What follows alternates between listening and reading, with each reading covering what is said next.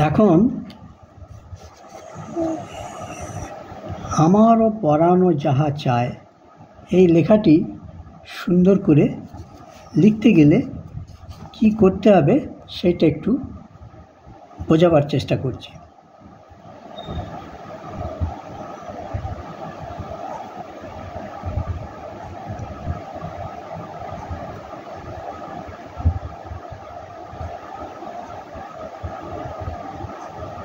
আমারও পরানো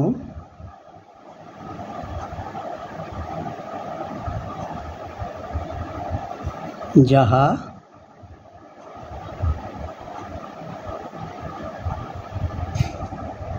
চায়।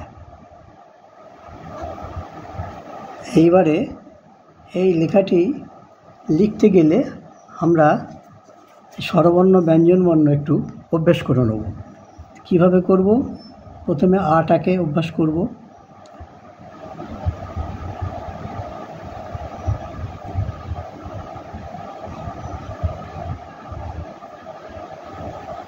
এই আর একবার অভ্যাস করব।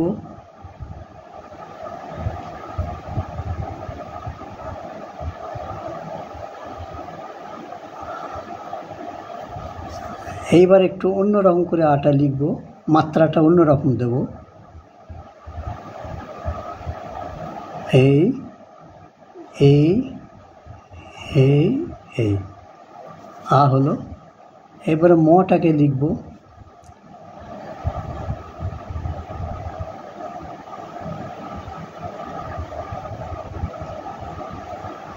অরিজিনাল ক্যারেক্টার ম। আর একবার প্র্যাকটিস করব।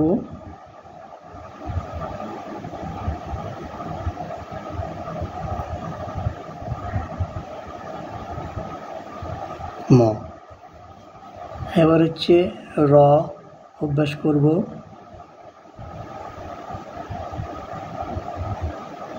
র। আর একবার রটাকে লিখব।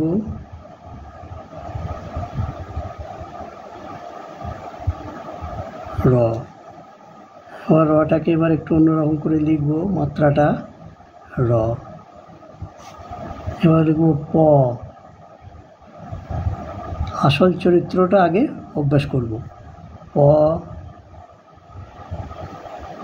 প। এইবারে আর একটা প, এটা এই মাত্রা। র মূর্ধন্য। মূর্ধন্য।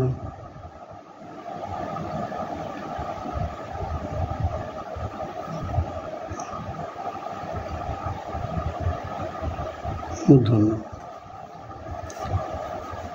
অন্তস্থ জ। অন্তস্থ জ এই আসল চরিত্র, এটার আসল চরিত্র। এইবারে মাত্রাটা একটু অন্যরকম। এই জ।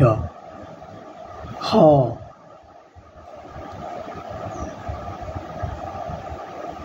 হ হ। এবারে হটা আবার একটু অন্যরকম স্টাইল। হ। চ। চ চ। এবারে অন্যরকম স্টাইল। চ। অন্তস্থ চ। অন্তস্থ হলো।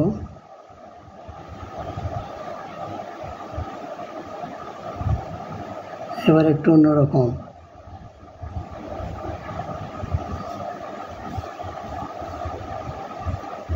তাহলে এই হলো আমার পরাণ যাহা চায়, এর মধ্যে এই স্বরবর্ণ ব্যঞ্জনবর্ণগুলো রয়েছে।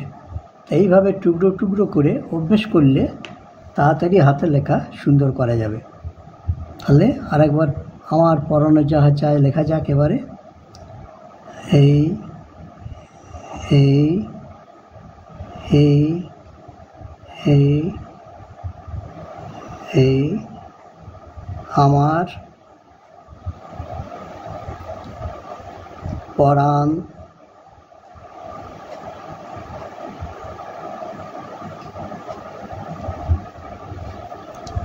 যাহা